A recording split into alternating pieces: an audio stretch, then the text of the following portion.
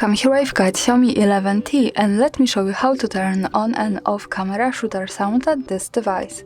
So let's start by tapping on camera button to open it, and for now we are on standard photo mode.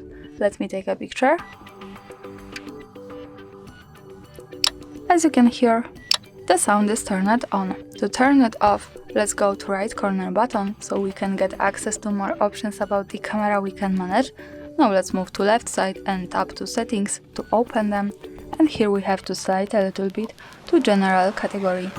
Now at the third place we have shooter sound option, so by using the button from the right we can easily turn it off and turn it on as we need. Let me keep it turned off, and now when I go back to camera and take another picture, we can't hear sound.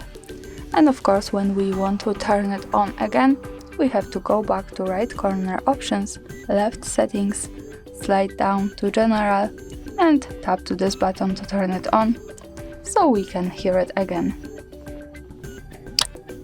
And that's all, thanks for watching, subscribe our channel and leave the thumbs up.